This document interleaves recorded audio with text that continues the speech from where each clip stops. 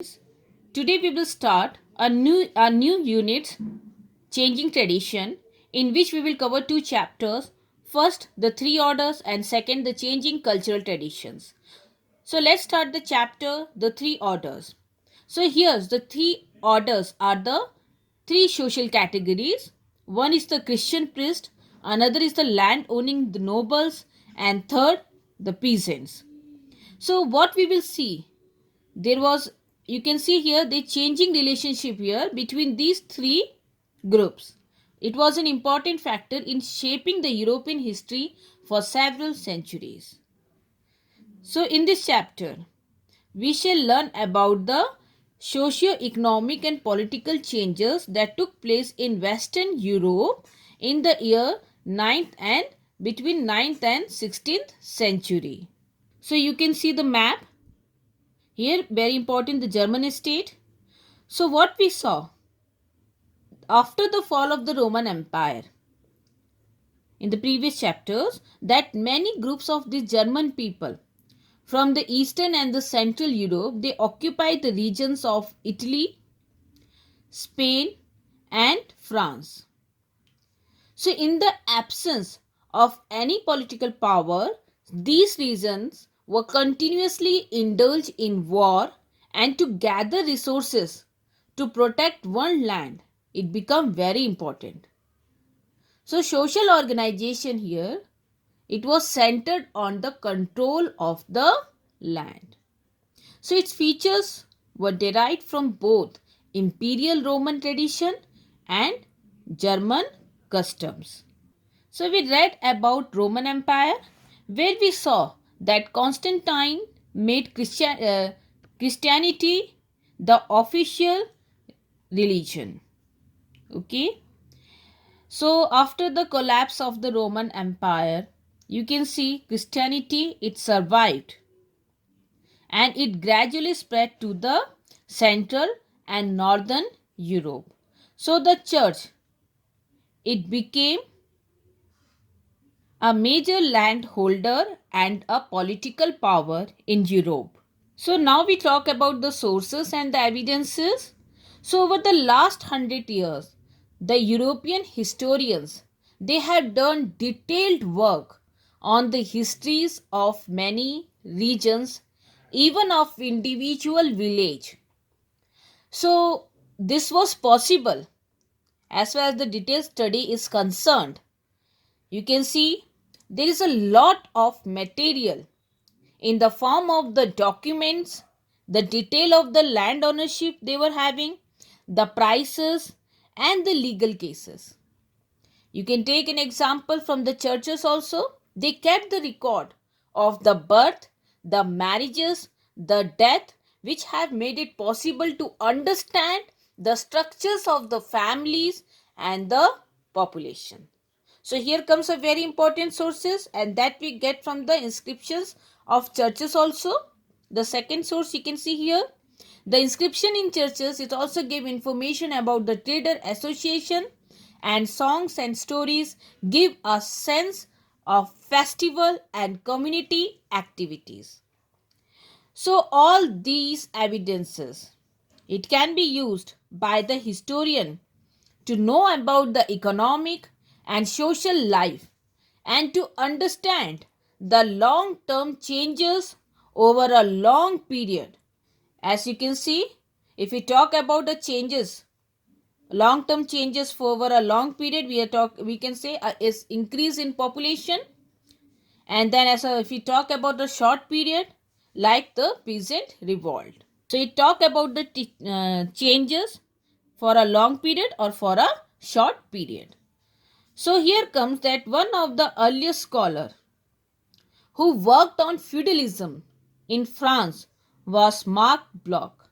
So he was a group of scholars who argued that history, it consisted much more than just of political history, international relations and the lives of the great people. So what he emphasized here on the importance of geography in shaping the human history and the need to understand the collective behavior or the attitudes of group of people. Okay.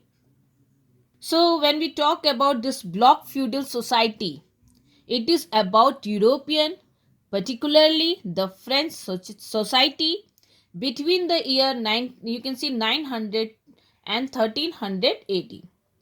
It describing in remarkable details. If we talk about the information, here is about the social relation, the hierarchies, the land management, and the popular culture of the period. His career was short, as tragically you can see he was shot by the Nazis in the Second World War.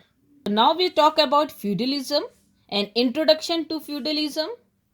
So this term feudalism has been used by the historian to describe the economic, the legal and political and social relationship, okay, that existed in Europe in the medieval era between 5th and 15th centuries. So here comes the word feud. It's a German word, okay, which means a piece of land. It refers to the kind of a society that developed in medieval France and later in England and in southern Italy. So when we talk about in an economic sense, feudalism, it refers to a kind of agricultural production. So this agricultural production, it is based on the relation of the landlord and the peasants. So the peasant, okay, they cultivated their own land plus the land of the lord. And this lord, they provide them military protection. And the peasant, they perform labor service to the land. So when we talk about the landlord, you can see they had extensive judicial control over the peasants, where this tenant were punished and often forced to pay fine for their offenses. So the feudalism, it went beyond the economic to cover the social and political aspect of life as well. So when we talk about this feudalism, you can see its roots have been traced to practices that existed in the Roman Empire during the age of the French king Charlemagne. Okay, it is said that this feudalism, it is full-fledged established in Europe later in the 11th century. So now comes France and England. So Gaul, you can see it's a province of Roman Empire. It had two extensive coastline, mountain ranges, long river, forest, these tracts of plain suited to agriculture. So Frank, when we talk about, it's a Germanic tribe, okay, and this Frank tribe, they give their name Gaul, give their name to Gaul and made this Gaul France in the name of the tribe. So from the 6th century, you can see this region was a kingdom that was ruled by Frankish or French king who were Christians. So the French, they had strong link with the church as they were Christians, and this link, if we talk about strong link, it further extended or strengthened in 800 AD. You can see when the Pope of the church gave Charlemagne the title of the Holy Roman Emperor. So let's talk about the order, the three order. So you can see the French priest, they believed in the concept that people were member of one of these three order depending upon their work. So you can see a bishop stated that in three order, the first order one pray, in second order one fight, and in third you can see still other works. Okay, so these three order were the clergy, noble and peasantry. So in the 12th century, you can see Father Hildegard of Bingen wrote, "Who would think of herding his entire cattle in one stable? Either it is cow, donkey, sheep, without any differences. So no one can think of keeping them in same place or in a stable. So it is necessary for human being also to establish differences among human being, okay, so that they don't destroy each other. Even God make distinction among his folks in heaven as on earth. So all are loved by him, yet there is no equality among them. So this social order was necessary for the priest. So now we talk about the second order, the nobility. So when we talk about the priest, they place themselves in the first order and nobles in the second. So the nobility or the nobles, in reality, they are having a central role in the social processes. This is because they control the land. So this control was the development of the practice called Vestlays. So you can see the king of the France, okay, they are linked to the people by Vestlays. So this practice of Vestlays similar to the practice among the German people, of whom the Franks were one. So the big landowners, the nobles, were the vassals of the king. When we talk about this noble or the big landowner, they were vassal of the king. Okay, so when we talk about the vassal, in a medieval Europe, a man who agreed to fight for a king or lord. So when we talk about the peasant, they were vassal to the lord or the landowners. Okay, so a nobleman accepted king as a senior and they made a mutual promise. Okay, the senior or the lord. So who are the lords? The lords, you can see, it is derived from a word meaning who provided bread. They would protect the vassals and would be loyal to them. So here you can see the relationship of a vassal. It involved elaborated rituals and exchanges of oaths taken on the Bible in the church.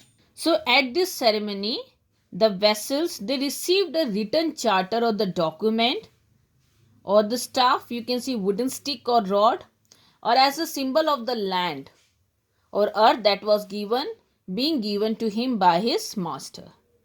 So when we talk about this noble class, they enjoyed privilege status. So what are the status here? You can see absolute control over his land. He could raise troops called the feudal levies or the feudal armies. And then you can see they could hold their own court of justice and they could even coin their own money. So he was the lord of the people, settled on his land. So he owned, if we talk about a vast stretch of land in which you can see he was having his own dwelling, his private field, his pasture land, and the homes and the field of his tenant and peasants. So you can see his house was called a manor.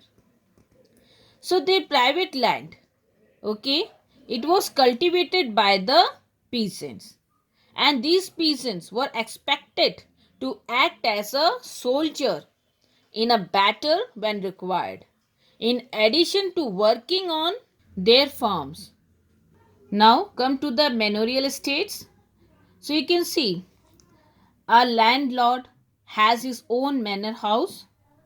So he controlled villages, and small lords, they control hundreds of villages where this peasant lived.